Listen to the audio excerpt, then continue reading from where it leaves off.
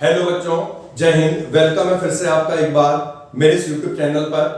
आज यहां पर हम स्टार्ट कर रहे हैं क्लास 12 केस स्टडी का सीरीज नंबर 4। 3 सीरीज को हमने कवर कर लिया, ये 4th सीरीज है और हर सीरीज में हम केस स्टडी के 2 क्वेश्चनों को कवर कर रहे हैं, 17 और क्वेश्चन नंबर 18। इसी सीक्वेंस में आपको पेपर में क्वेश्चंस मिलेंगे। तो आज का जो फर्स्ट क्वेश्चन है यानी कि क्वेश्चन नंबर जो 17 है वो क्या है? In a class 40% students study mathematics, 25% study biology and 15% study both mathematics and biology. One student is selected at random, और एम यहां पर दिया है event of studying maths, B is event of studying biology. और इस information के basis पर जो first question first sub part है वो क्या है? What is the value of P M, यानी हमें प्रोबेबिलिटी निकालनी है इस बात की, इस इवेंट की कि स्टूडेंट स्टडी मैथ। और हमें यहां पर मैथ की जो प्रोबेबिलिटी थी वो 40% गिवन थी।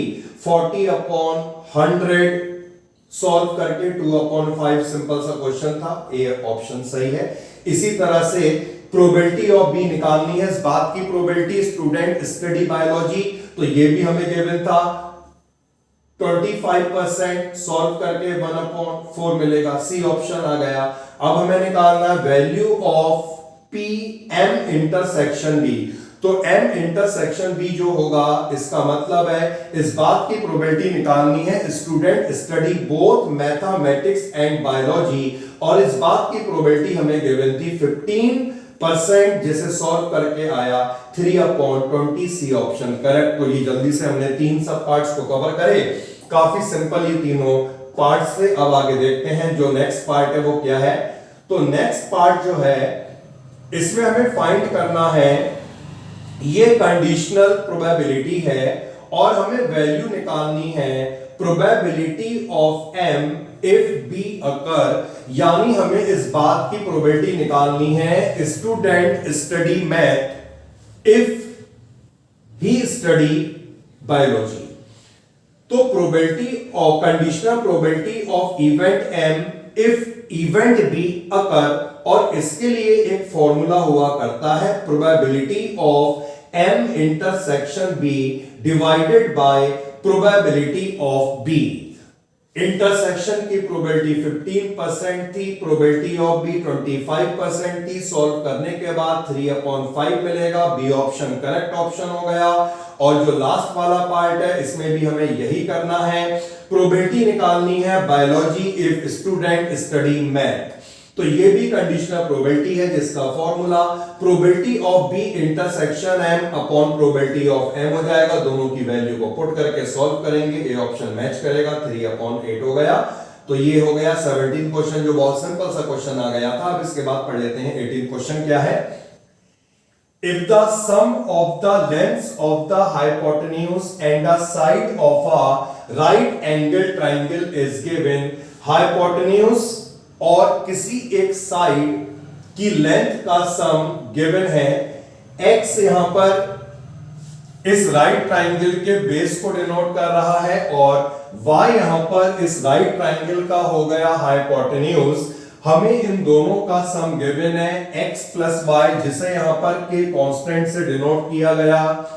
एरिया ऑफ ट्राइंगल को a से डिनोट करा, और इस इंफॉर्मेशन पे फर्स्ट हमें पार्ट निकालना है ट्राइंगल का एरिया। सिंपल सा है, ट्राइंगल का एरिया होगा हाफ बेस जो BC है मल्टीप्लाइड बाय हाइट AC। तो BC तो हमें x गिवन है और AC को निकालने के लिए पाइथागोरस का यूज कर लेंगे, तो सिंपली आ जाएगा आपका AC। ये आ गया ट्राइंगल का एरिया और C वाला ऑप्शन मैच हो रहा है यहां पर।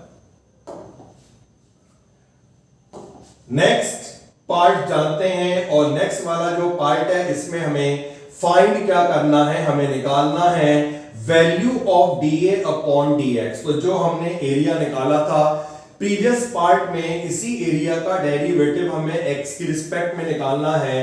तो ये हमारा एरिया आ चुका था x upon two root Y square minus X square, और हमें गिवन है x plus Y is equal to K. यहां से हमने y की वैल्यू को फाइंड करा k माइनस एक्स, और इसमें ये लगा दिया है y की वैल्यू को k माइनस एक्स का square minus X square. Square को ओपन करा, सॉल्व करा, प्लस का एक्स स्क्वायर माइनस का एक्स स्क्वायर यहां पर कैंसिल आउट हो जाएगा। तो फाइनली हमें ये मिल चुका है एरिया। अब हमने क्या करा, रूट को हटाने के लिए बोथ साइड स्क्वायरिंग करी, ए स्क्वायर बनेगा एक्स स्क्वायर अपॉन 4 और यहां से रूट हट जाएगा। अब ये हमारा आ चुका है ए स्क्वायर 1/4 एक्स स्क्वायर को हमने ब्रैकेट से मल्टीप्लाई करा, नहीं करते तो हमें यहां पर प्रोडक्ट रूल का एप्लीकेशन करना पड़ता। अब हम इसे डिफरेंशिएट कर रहे हैं x की रिस्पेक्ट में, a स्क्वायर का डेरिवेटिव क्या होगा 2a, लेकिन इस a को x की रिस्पेक्ट में डिफरेंशिएट करा, dA by dx भी आएगा, 1/4 कांस्टेंट है। x स्क्वायर का डेरिवेटिव क्या होगा 2x, और x क्यूब का डेरिवेटिव क्या होगा 3x स्क्वायर। सॉल्व करके हमें मिला 6kx स्क्वायर, और यहां से जो 2a था हम ये डिनोमिनेटर में इसे ले गए, और ऊपर से 2 कॉमन निकालने के बाद हमने ये 2 कैंसिल कर लिया। तो फाइनली हमें dA अपॉन dx यहां पर इतना मिलेगा, क्योंकि हमें ऑप्शन भी मैच करने हैं। तो देखते हैं यहां पर जो ऑप्शन है वो कौन सा ऑप्शन है। ऑप्शन नंबर सी जो है वो बिल्कुल मैच हो रहा है। थर्ड जो पार्ट है, if we neglect x is equal to 0, what is the other value of x। अगर x इज इक्वल टू 0 को नेग्लेक्ट करें तो दूसरी x की वैल्यू क्या होगी। तो देखिए x की वैल्यू को निकालने के लिए हम क्या करेंगे, जो भी हमें यहां पर डेरिवेटिव मिला हम इसे 0 पुट करेंगे, dA by dx को हमने 0 पुट करा, ये इक्वेशन हमारे सामने थी, इसे 0 पुट करा, 4a मल्टीप्लाई करके 0 हो जाएगा, यानी k square x minus 3kx square is equal to 0 आएगा, और इसे हम यहां पे ले गए। वैसे तो हम यहां पर x को कैंसिल करते नहीं है, कॉमन निकालते हैं। जब आप कॉमन निकालेंगे तो एक वैल्यू आपको 0 भी मिलेगी, लेकिन हमें उस वैल्यू को नेग्लेक्ट करना था, तो हमने यहां पर इस x को कैंसिल करके जो दूसरा x था वो निकाल लिया, जो आएगा k अपॉन 3। तो value of x is k upon 3। अब जो फोर्थ पार्ट है वो क्या कहा गया ये भी देखते हैं। फोर्थ पार्ट में d square a upon dx square find करना है, एरिया का सेकंड डेरिवेटिव। तो फर्स्ट डेरिवेटिव जहां पे हमने निकाला था वहां से हमने सेकंड डेरिवेटिव निकाला, 1/4a कांस्टेंट था, और जो ब्रैकेट में टर्म थी उसे भी हमने कर लिया डिफरेंशिएट, सिंपल स्टेप है। और जो हमें ऑप्शन यहां पर दे रखे हैं, हम देख रहे हैं कि इन ऑप्शन में सब में जो है वो k एग्जिस्ट हो रहा है, इसका मतलब है यहां पर x को रिप्लेस किया गया। तो सेकंड डेरिवेटिव की जो वैल्यू निकालनी है, इसे निकालने के लिए हम x को रिप्लेस करेंगे k/3 से, और जब हम x को यहां पर k/3 से रिप्लेस करेंगे हम देखेंगे सेकंड डेरिवेटिव हमें मिल जाता है -k²/4a, and option C is the correct option. अब लास्ट जो पार्ट रह गया, इसमें पूछा जाता है area is maximum at what value of theta. Area maximum होगा, थीटा की वैल्यू क्या होगी। तो सेकंड, अब सबसे पहला काम तो देखिए, सेकंड डेरिवेटिव हम निकाल चुके थे। सेकंड डेरिवेटिव में अगर हम x की वैल्यू को लगाते हैं, ये हमने x की वैल्यू को यहां पे ऑलरेडी अप्लाई कर लिया था, तो हमने देखा था ये नेगेटिव आ रहा है, और सेकंड डेरिवेटिव अगर नेगेटिव आता है तो इसका क्या मतलब है, उस पॉइंट पर मैक्सिमम होना चाहिए। तो x की इस वैल्यू पर सेकंड डेरिवेटिव नेगेटिव आया, मतलब एरिया मैक्सिमम होगा जब x होता है k/3। लेकिन हमें निकालना है इसके बाद एंगल, तो एंगल कैसे निकलेगा देखिए, x प्लस वाई हमें k गिवन था, x को यहां पर k/3 से रिप्लेस करके हमने y भी निकाल लिया, x आ गया, y आ गया। ट्राइंगल में, इस वाले राइट ट्राइंगल में हमने क्या करा, BC और AB का रेशियो निकाला, बेस और हाइपोटेन्यूज का रेशियो क्या बनेगा cos थीटा।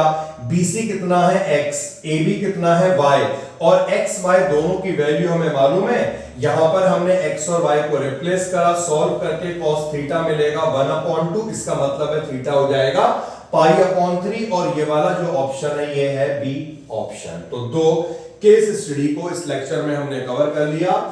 नेक्स्ट लेक्चर में मिलेंगे एक और नई केस स्टडी के साथ, सीरीज नंबर 5 को कवर करेंगे। जय हिंद बेटा।